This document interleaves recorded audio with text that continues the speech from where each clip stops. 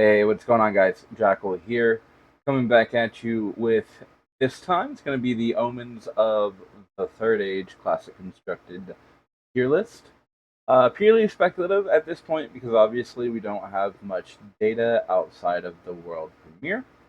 Um, but with being how the last format looked, being testing, playing in my armories, looking at events, and just knowing hero powers and judging based off what they've gained through omens. I'm going to go ahead and place them on some type of power level. Not too terribly much has changed, but for the things that have changed, they've changed pretty drastically. Like Betsy went from being a don't play to now she's actually probably like a B tier plus contender of a guardian, and is actually providing a game plan that you have to learn to play through or just get beat down by. So not too terribly much.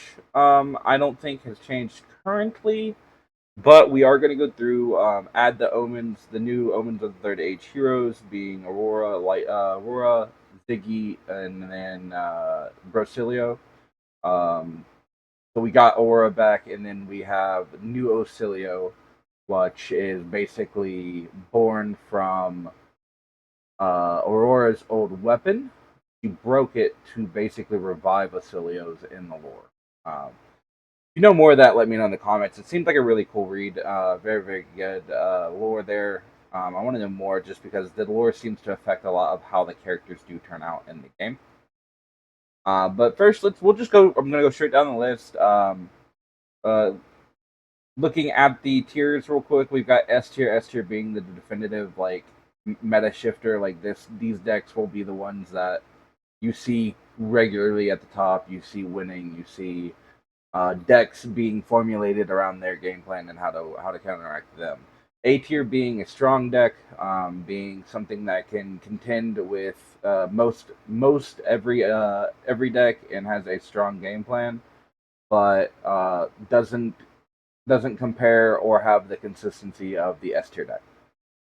B tier being really, it's still a good hero, not bad to play. More on the rogue side, you're tackling like one game plan, and you're very comfortable in that game plan, and you're just kind of hoping to dodge specific matchups. Specialist here is heroes that might not be considered the best, but it piloted to a high degree. They can look anywhere from the A to S tier range. And then C tier would be more of your armory based heroes. Uh, Really, they're still playable, still have good game plans, but kind of get outshined at larger events due to their consistency or just not being able to keep up with the amount of heroes they have to see. And then D would be don't play.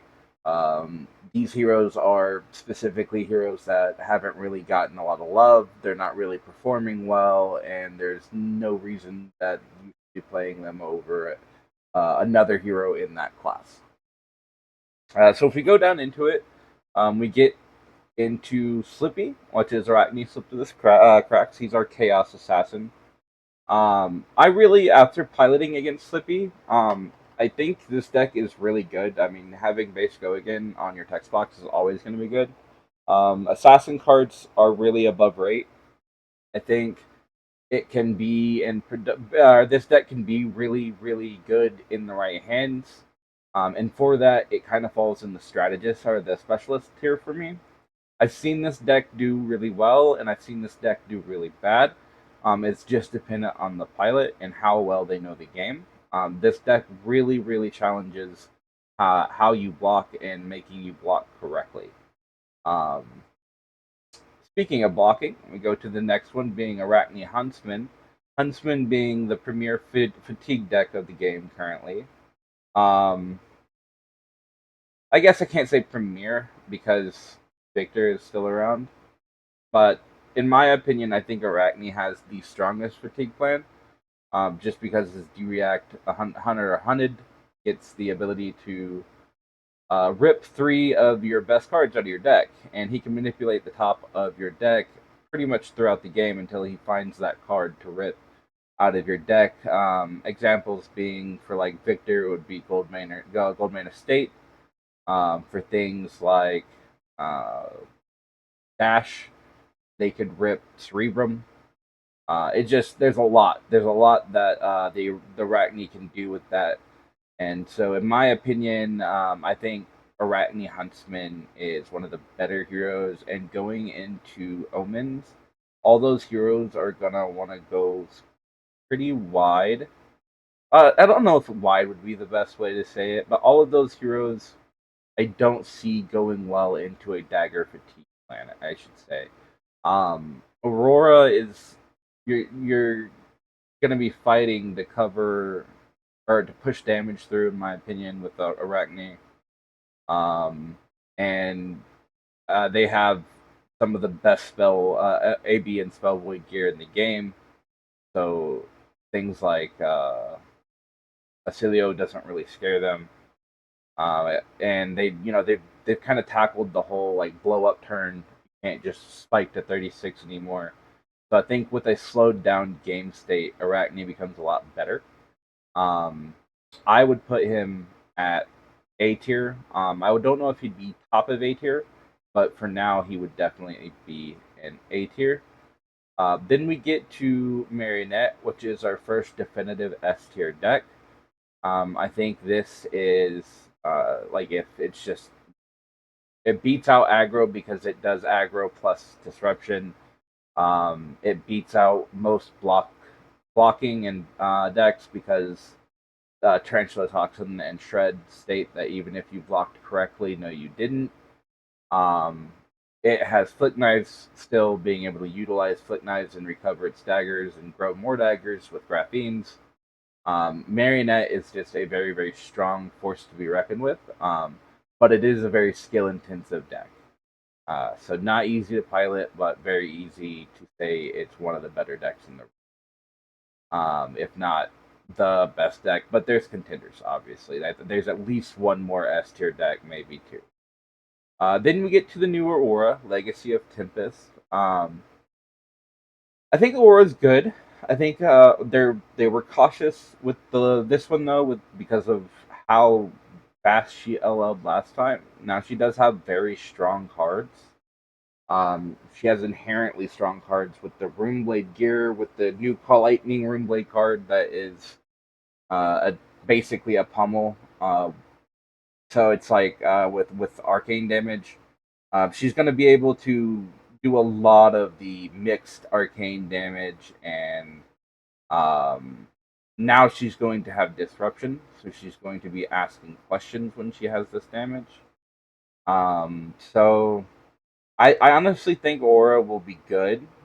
I don't know how good, but I think Aurora will be probably bottom of A tier. Bottom of A tier. Then we get to Betsy. Now, Betsy has traditionally been a dope play, but she has inherently strong cards. She has 4 for 8s that have abilities, are on hits, and now she just got her log, which is what we've all been screaming for in the community. She has her own signature weapon now, which is basically Sledge. It's a 4 for 6 that you can activate Betsy's ability, making it +1, so it's a 7, giving it overpower on attack wager. So her game plan becomes very real. She can block well. She can send a good amount of damage. She has good disruption. She's still a guardian. So I think it brings her from don't play to, at the very least, she's a B tier hero now, and you can feasibly see a Betsy in a regional or a child, calling, and not be like, oh, that's a meme pick. I think she's actually a real hero at the moment, and especially with like the heroes in the pool and the heroes that are leaving, she could just only get better. Next, we go to Bravo, which is similar to Betsy. It's giving your attacks dominate, but he doesn't really have anything going for him that's better than any other Guardian in the pool currently. Not really putting up any numbers, and I like his gimmicks just aren't strong enough to keep him relevant. Um, so I would unfortunately put Bravo in the don't play. Syndra. So Syndra is very, very good. I think Syndra is she's consistent. If nonetheless she's consistent, right? She's an aggressive aggro deck that presents numbers and wide chains every turn, even if disrupted. She has the ability to grow her daggers back on her text box, so Flick Knives is basically free for her. She is quite literally, even if she deals no damage to you every turn, she puts you on a clock with Flick Knives because she can literally just flick you to death. I think they got a new card as well. They have a new Draconic card. I don't remember the exact text, but I do remember it's something along the lines of lowering the cost and buffing. So it's almost like I was gonna say even bigger than that, but not really. It's like a draconic even bigger than that, I guess. But I think Syndra is she cruxes on S tier. Um, I would put her at A, top of A, simply because Victor is still roaming. Victor is still roaming in mass. He's probably the only other S tier deck currently that I can think of. And she really falls prey to Victor, especially if you're on the degenerate fatigue. Like, I'm not gonna aim to win any other way than decking you out Victor plan. She struggles into that because they're healing, they're milling, and then they've got the blocks for days. So plus Victor can draw off block, which is pretty crazy to have a 5 card hand just for blocking. So then we go to my girl Dash. Unfortunately, she also is not long for this world. Dash is doing really well. I foresee her doing really well in this format. All three of these new heroes, really kind of have game plans where they're trying to set up and get kind of movement and motion. And Dash is the exact opposite of that, especially with how builds have been and how they're moving towards. They are just like out the gate. They're pushing as much damage as possible with 5 card, 6 card hands. I think Ash play a little bit too much of that TFT there. I think Dio is easily uh, A tier. I would put Dio above Arachne. I don't know if she specifically beats Arachne, but I do know she can beat Arachne. That's a very close match. Dorinthia. Dorinthia is very good. With the new Omens stuff, I think it's going to be even better. They got the new attack reacts that Hala is basically, it was for Hala, but Dorinthia is going to be able to use them because they're basic warrior. I think Dorinthia is, and she was already taking some top eights. I think Dorinthia is a very, very strong hero, and she's only going to get stronger as this year progresses because we're getting Mastery Pack Guardian, or not Guardian, we're getting Mastery Pack Warrior, and we're getting Olympia deck. So having both of those plus the Hala deck, I think she's in a very decent spot. I'd put her at the top of B. Fi is interesting. He's definitely not doing better than Syndra, but he's not bad. The Art of the War Phoenix didn't do or have as much as impact as we all thought it would. Um, Traditionally, we thought it would be a very strong inclusion because of how strong Art of War was in the past, but it doesn't functionally work the same way. So it feels sometimes very weak, sometimes very strong. Ultimately, Fi is not a don't pick, and he's not an armory. He's still a very good aggressive deck. I think he can go pretty pretty wide still, and pressure very hard. I would say Fi is he's either specialist or B tier, but I want to reserve specialist for decks that are like less aggro-y, more like you have this the decks that you actually have to know the ins and outs. Fi is you are just base good if you go chain link 5 every turn, right? So I would put him in B like bottom B tier. Still very good, still can be played. Just don't see him doing as well as any other ninja right now. Fang, one of the more interesting heroes, can also use the new Draconic card. I've seen Fang do like well in the past, especially in local areas. We've seen Fangs go 9-0. We have it's one of those heroes that I think if you're very well versed into the hero, you're going to do well with the hero. So for that, he is a specialist. I think he's a very good specialist and a very strong specialist, but I think he's still a specialist. Um, I put him in specialist also because I think he can be piloted to an A tier level if if the right run and the right pilot. I think Fang's very good. He's definitely it's not below B. It's specialist tier, meaning he can be as good as A. Gravy Bones. With the new and stuff from Omens, he got a gold that's searchable, but it's still another pearl, and that deck does not need more pearls. We've had some talks about this amongst the community. I don't think Gravy's a bad deck.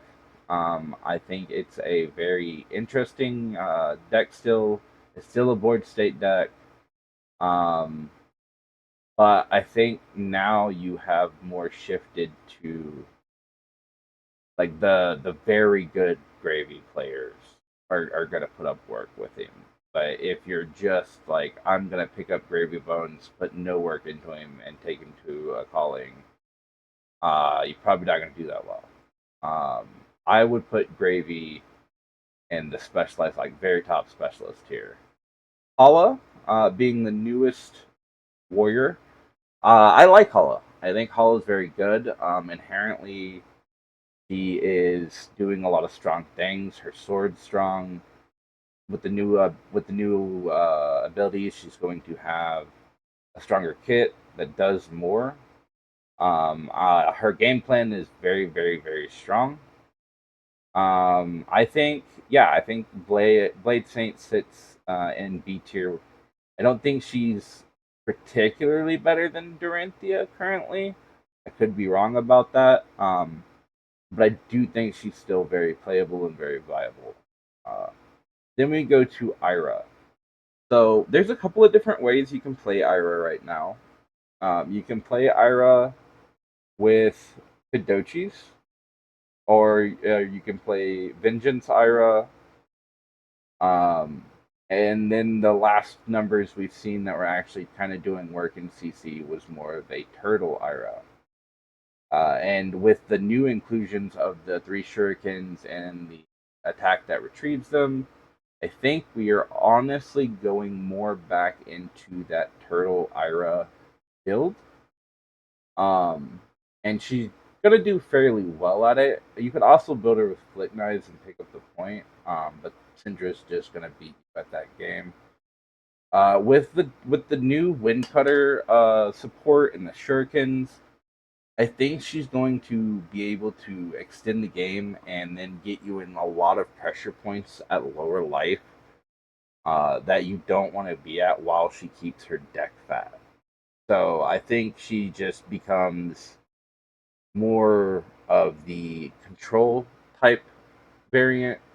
I still see dual threat could be used in the list. I think that's a very strong card for her still. I don't think she's bad at all. I think honestly I would put her right above Fi. Um, I think she's still like a pretty good hero, um, but not 100%. Like she's not a Syndra, right? And then we've got Jarl. Jarl started to see some representation at the end of last season. And then with this, he didn't get anything new really in Omens. I don't think there's going to be really anything that pushes him other than the meta. And that's really going to have to wait until Marionette and Victor kind of fall out of favor. But when they do, he could be a very good hero. For now, I would say Jarl is unfortunately a armory level hero. I think he can still put up numbers. He's just there's a little bit too much in the field that he has to tech for currently. Kasai of the Golden Sand. She actually took a calling against a field of victors and marionettes, so that should say something. I think Kasai is very good. Uh, Hot take: I think if there is a third deck for S tier, it is Kasai. She is a board state warrior that has access to all of the other warrior attack reactions that they're getting, and she fundamentally already beats the two S tier decks. She just struggles into some other game plans. That is why I'm going to put her at the top of A, but there is argument that she could definitely be an S tier deck. Next being Katsu, Katsu the Wanderer. He is fundamentally in the same boat as Ira. I think you're really gonna go back into like a turtle ninja with the wind cutter stuff. They, although, can use the vengeance line a lot easier than Ira because Katsu can search it. Um, I think there's just a little bit more there, and if cracked, Katsu is a very good hero. So I would put him above Ira and Fi, but he's not in the league of a Syndra yet. KO underhanded cheat. If you're looking online, he actually has started to put up some numbers. They have seemed to figure out a build without the claw. Well, I say without the claw. There's without mandible claw. They're actually using savage claw still. Um, but I don't see enough large scale results for him to be anything other than a armory based hero. He didn't really get anything out of Omens. And he doesn't really do anything better than any of the other brutes. So I'm going to put him in the armory here. Got Leviah Shadowborn Abomination. This is another brute. She's Shadow Brute. Leviah hasn't gotten any love in a while, and her kit's just not quite there. She needs some updating with a new set. Hopefully, we get that in Monarch 3. But right now, Leviah would be a strictly like passion pick. Like you could play her at an armory and probably do alright, but really it's more of a don't play. Lyeth finally got his weapon. So with the shield and the weapon, you got the zero shield that gets one health every turn you block with it and pay one. You got his ability, and now you've got his weapon. That is really fun. Like it works the same as into his game plan as like Titan's Fist did. Um, but it is going more into his game plan as it adds the buoying mechanism. Lyeth hasn't been traditionally putting up a lot of numbers. He did, I think, make one top 8, or maybe even 2. I do know there was a fatigue Lyeth floating around. Um, so I think like there's room for him to be good. There's room for him to grow. Um, I don't know how much better he's going to be with cut off the top in his hammer. But I think if you are a specialist into this hero, you can probably pilot him pretty far. So I would put him in the specialist tier. He did inherently get some good things out of Omen, so I wouldn't put him. Say I don't feel comfortable just saying he can only perform at an armory. I think he can because he was already day twoing at Collings. I think he can perform as an A level deck with the right pilot. Then we get into another pirate hero, one of the newer ones, Marlin. Marlin got some inherently good stuff. She has two, I believe, two new things. One being an arrow that on hit, you can flip the top over, and if it's a red attack, you can attack with it until the end of your next turn. And then she got a buff that's a 1 for 3 that is on hit, destroy arsenal, which is really good. So or a buff that's 1 for 3 loads an arrow from your hand and destroys their arsenal on hit. So I think Marlin is going to become like a deck to actually fear. She was already starting to gain footing in the formats in the past, and it was a specialist hero. Now I think it's more gearing to just being a good hero. I would honestly put Marlin in mid A. I think Marlin's going to be doing very well. I've tested a lot into Marlin. I've tested a lot with Marlin.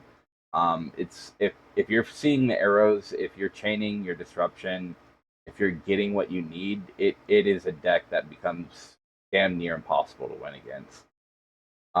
Then we got Max the Hype Nitro. I love this guy. I love his aesthetic. I love his playstyle. I love the Nitro Mechanoid. I don't love hyperdrivers, and it's a very big reason why he's not very good. Unfortunately, even if you go the bank breaker stuff, like you still need the hyperdriver plan. It's just not good until we have like a piece of gear that buffs hyperdrivers in deck or buffs hyperdrivers in some type of way. Max is unfortunately like a strictly don't play. He's fun. I love him. I have him sleeved up, but Tekla Boston is doing better than him and has a way better game plan than him now. Um, Dash IO beats him out of the water, and aggro. Puffin is doing way better than him in aggro. So it's just he's a little too combo heavy for an aggro deck. Olympia. A couple months down the line, I think Olympia is going to be a good hero. Right now, he is basically not that good. Um, he doesn't really have anything outside of what all the other warriors are getting, and he doesn't really do anything right now. Sure, he can shed a text box, shred his gear and regrow it. Maybe something with the shield could be done after he gets his new sword. But for now, without any of with just the inclusion of the shield, I still think he's a don't play, unfortunately. Then we go to the Ocilio. This is old Ocilio. This is Ocilio Constella Intelligence. This is the OG one. This is Skinny Ocilio. There is rumor that the Ocilio is going to be. This Ocilio is using the Starfall package still, or that came out of Omens, and it's doing pretty well. Everyone's saying that Ocilio is going to be bad, but because of all the bans, but people are already doing well with Spell Ocilio. So I don't know if that would be correct to say that it would be bad. I think with time and enough brewing, both Ocilios could be strong champions. Um, I'm going to put them in B tier right now, not A, B tier. I'm going to put them in both of them in B tier. My game plan fundamentally for both of them would be spell. Right now, I do know some people are trying to go a Bernie route until they can just kind of give you. But they're still very good wizards, right? They're going to be doing inherently strong things. Uh, and I mean, the new Acilio even creates a ponder token with his ability, which is nutty. With the Sphinx Eye being able to convert ponders to draws, it's going to be very good. I think with enough time, you could even see one of these as an A or S tier deck. But with early omens, it'll probably be high B. Pleiades didn't get too terribly much. She still did get something because her hammer axe is an axe and cut off the top states any axes. So if you're using like a very aggressive Pleiades build, you can probably do well. Now I think Betsy probably still does that plan a little better. Um, but if you're going the fatigue route, I think she's still very good. She does keep her deck inherently thick. She's not scared of arcane damage, and she can do meaningful disruption, being that she's a guardian.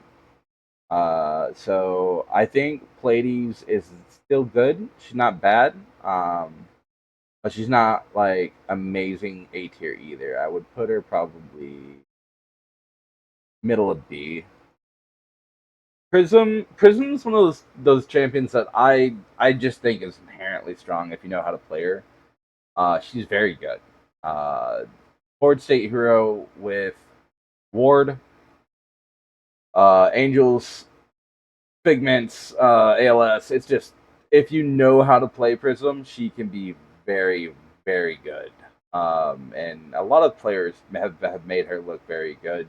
She hasn't been performing well.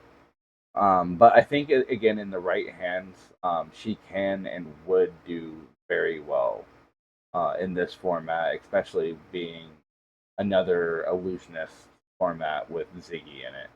I would say she would be like the queen of all specialists. Like if you were a good Prism player, you could look like you are an S tier player in most matchups. Puffin got a really great card. She got two. One's a 1 for 5 that searches for a cog, and then one's a 3. It's a yellow that's 3, but you scrap a cog and then you make a golden cog. It's so good. It's so good for her. I think Puffin's gonna be like super strong. I think like she's etching her way to being as strong as Dio, but she's not quite there yet. I would put her, top B. She's very, very strong. I think Puffin's very good. Then we go to Reinhardt. Specifically for me, I am talking about Medax Reinhardt. I think Reinhardt with Medax, they have discovered something that is worse than we could have ever imagined. Like it sucks so bad compared to like what KO was doing. Yeah, KO was doing unfair numbers, but this is doing those unfair numbers, and you don't get to block. Reinhardt Medax. I have my brother mains it. I have a few locals that play it. It's very very strong. Um, Guardians cry in any type of block. Like I think Reinhardt is inherently like the go-to brute right now.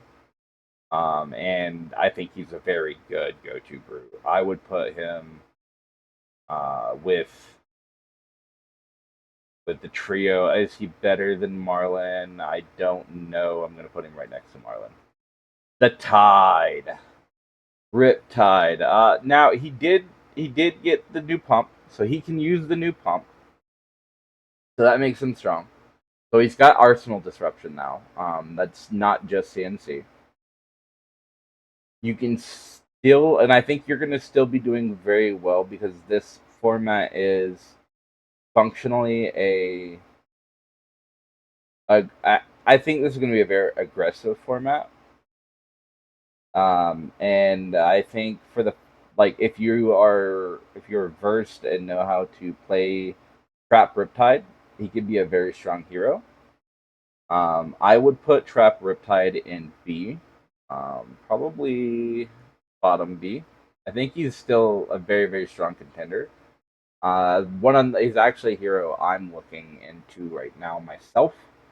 I really, really think, especially in this upcoming format, there is something with Riptide that is going to spark, and he's going to be some type of.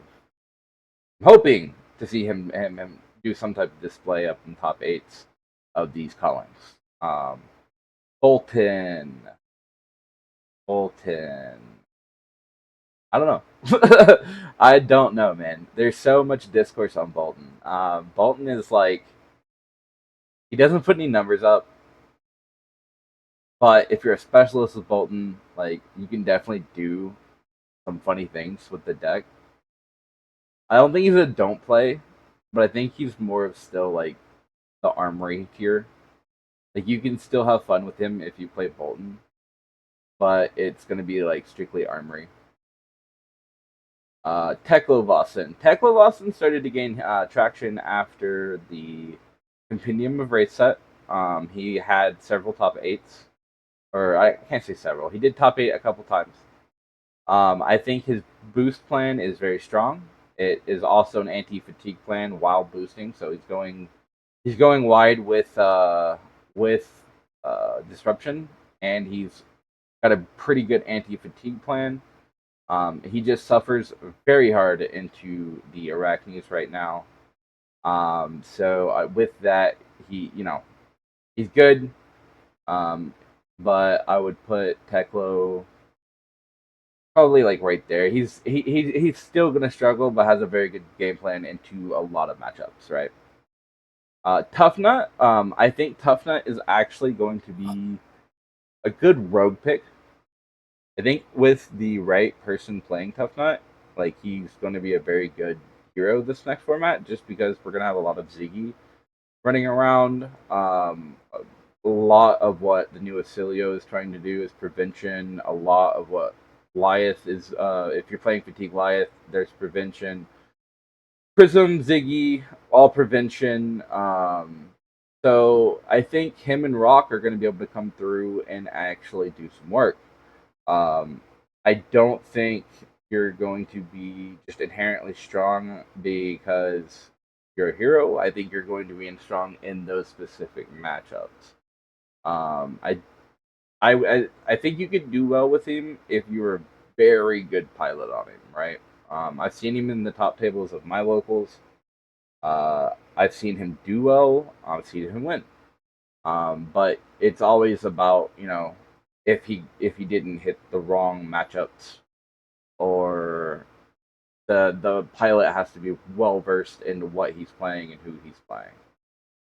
Azuri, there's really no reason to play Azuri. She's not putting up numbers. She hasn't been updated. She hasn't been given any type of new gear or equipment. We've got the Obito class regrowth now, but what that doesn't really matter. I just fundamentally she's not worth playing over any of the other assassins. Valda is she was like the new I'm gonna go tall guardian, but I think Betsy kind of stole that from her. You don't really see Valda's putting up a lot of numbers, and historically, I think Valda suffers into wizard. So I'm not sure she's gonna do great. I don't think she's a dope play. But I think she's still like in the armory tier of she can do well at an armory. She'll feel good at an armory, but at a calling, it's too wide of an array of decks that she has to plan for.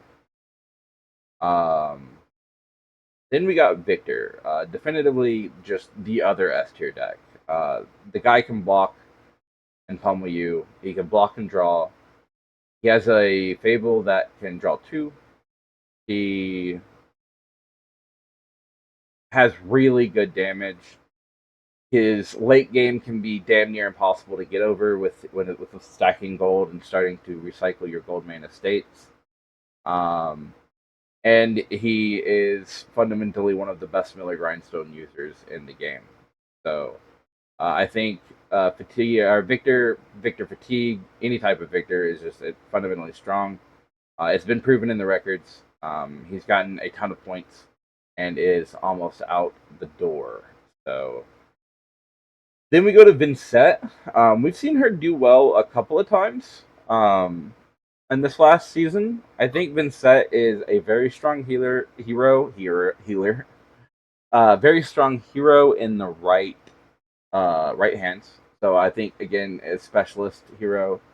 I think if the person playing her knows how to play her very well, she can make her look like an S tier deck in this format. Especially with the right run, especially with the right hands. Um, Very strong still. It's still split damage. It's still asking questions. Um, so I think, as I said, a specialist could take her and do pretty well.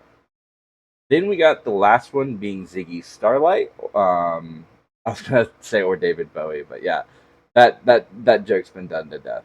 Ziggy is fundamentally pretty cool. I think if you're looking at him base, he looks really fair, and then you start to think of things like Iris, where all his wards have to go again in base 4 attack, and then just all the game plans he can actually work with, and some of the tools they gave him. I think he's just going to be a fundamentally strong hero. I think Ziggy is, in my opinion, the best out of all three heroes of Omen. He is structurally the most sound. I would say Ziggy could go above Ira in the A tier. I think again, both of these are going to be just out contenders because Runeblade has always inherently been strong, and just the way Ziggy is structured with the tools he has at his disposal, he's going to be a very, very awkward game plan to play into, and if you don't have the right tools, you're just going to get blown up. As I said, Asilios could come up to A tier. Hell, they could even come back up to S tier because, before the bans, Asilio was S tier. There's no doubt about it. Asilio was S tier, but after the bans, um, with little brewing knowledge and kind of knowing what's going on, I would comfortably just say they're B tier right now. But yeah, that's going to be it for the classic constructed variant of this tier list, and I appreciate you guys, and y'all have a wonderful day.